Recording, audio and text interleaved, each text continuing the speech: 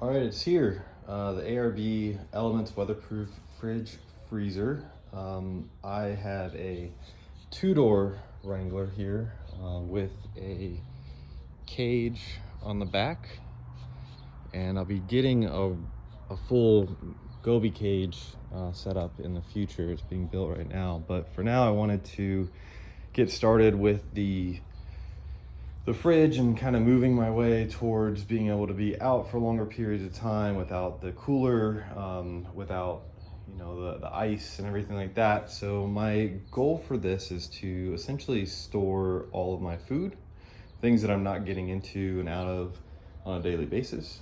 And then I'll be using my Yeti for things like drinks or small snacks while we're out on the trail itself. So this is just an unboxing. I'm waiting on a hardwire kit in the future. It should be coming in this week, so I'll go through and do a video about that. For now though, and one of the things that I'm really wanting to understand with that is how do I hardwire this up so that it can be in multiple locations. So if I'm going out on a day trip, I just want to throw it in the back or the back seat. I want to be able to do that. If I'm going out for a longer trip, I have more people, I want to be able to throw it in the back. If I'm going out on a full camping trip, like multi-day, how do I throw it up top? And just making sure that it's not only functional, but it's also adaptable to my needs. Cool, so let's get started and see what's in this thing. So the box is pretty huge, as you can see. Online, the measurements actually fit into that back rack really well. So I'm hoping that most of this is all padding.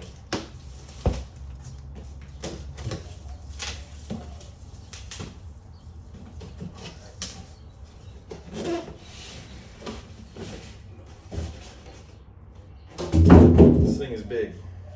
I'll have to go back and verify the actual size that I got. I think it was the 55 quart. Perhaps some documents in here will let me know what I actually ordered. Let's see if I can lift this thing out by myself. Handles.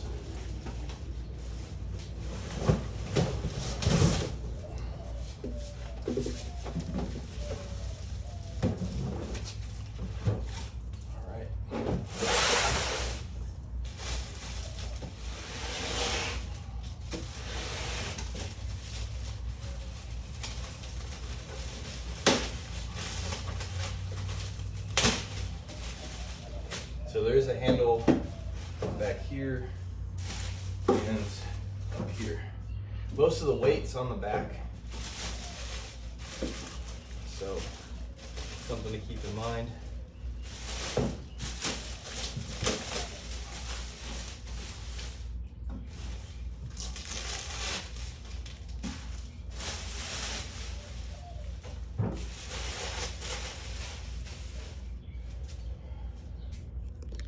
And there you have it. Simple, easy two straps.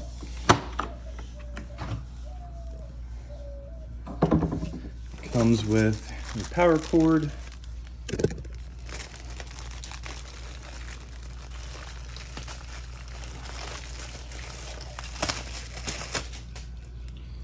Which has your normal plug-in or an alternative plug-in for plugging into the wall or the vehicle itself. I'm not sure how this will work with the hardwire kit. I'm assuming the hardwire kit just allows you to place a outlet where you need it. And then obviously the instruction manual. All right, now that it is unpacked, let's go over a high level of what the fridge is and what it does. So there's the back plate. Plugging this in, the fridge freezer looks like it's going to be super straightforward. It's even got a USB connector back there. I'm assuming you can maybe charge your phone or other electronics off of the fridge if you need to. I'll confirm that and see what that's all about in the future. It's got a vent system here on the side. It's all aluminum, really sturdy, really well put together. Looks like some steel hinges back here, metal hinges. Up front, some aluminum aluminum latches. We've got two of these handles on the front and back. It is heavier on the back where all the cooling components are. Aluminum latches do really good. And then it's got this really nice hydraulic strut. Holds it up nicely. It doesn't force it all the way up, but once it gets past that breaking point, it definitely does.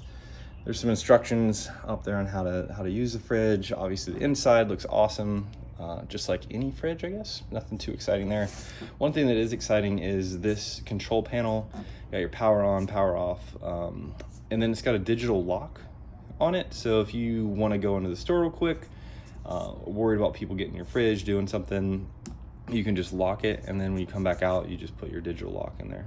It does have, when you close the fridge, it does have also this hole for a metal traditional lock if you so choose to. So I wanted to talk briefly about why I chose this fridge over all the other fridges on the market. And it really comes down to the fact that I have a two-door Jeep. I'm not fitting a fridge in the back of my Jeep or inside my Jeep. It's not going to happen. I knew the fridge was going to go outside, so I knew that I needed a fridge that was going to survive all the sun and elements, so hence the ARB Elements fridge. I'll continue that thought to say that I bought the wrong fridge. This is a 63 quart fridge. It's 19 inches deep. It's 32 inches long, which means that it is about a ½ inch too deep to fit in my tire rack currently. That sucks. But I'm deciding not to return it and try and get another one, and I'll go on with that. So I'm about to have my Gobi rack. It's gonna be in like 3 weeks to a month. So then I'll have the space, the dedicated space, to have it up on top. Now earlier in the video, I was like, hey, I wanted something like really functional, to be able to go like here or there or wherever. The weight of this thing, beyond the size, the weight of it has changed my thought process a little bit. It's about 35-ish pounds. I don't know the actual dry weight, but dry, I tried to fit it up on that tire carrier for the sake of hoping magically a ½ inch was just gonna appear. And the quick realization was, I'm not going to be lifting this up, taking it back down, moving it around. Once it's in place, it's gonna be there for the trip. So I'm understanding some of the restrictions. When you watch YouTube videos and the guys have the sliders out the back of their Jeep, they make everything look like really light and super nimble and super functional.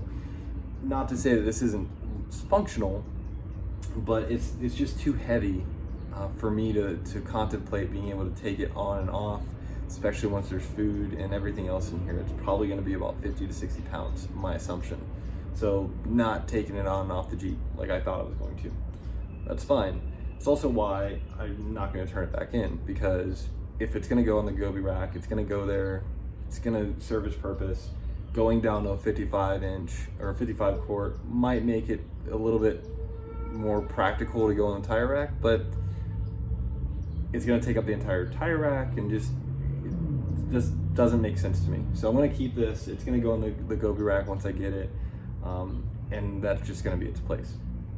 It'll also fit onto that tire carrier if I want to go on more of a family outing and don't want to throw it all the way up on top of the Jeep. So, but that's not going to be an option while I'm off-roading, of course. So that said, two things that you want to consider when buying a fridge that's going to go on anywhere in your vehicle, but especially on the outside, is the weight. Don't fool yourself into thinking that you're just going to toss this up on top of your vehicle and it's going to be all fine. Like, they're heavy. And then the size. Size is going to be important wherever you put it, but pay attention to your checkout, your cart when you check out. I think I was looking at 2 different sites when I was shopping for this, and I had the smaller one in one, and I ended up purchasing the bigger one. No big deal at the end of the day. Still going to serve its purpose, still going to be awesome, and I'm excited to do a review once I've gotten it in some use out of it and show you guys some cool cooking videos. Take care till next time.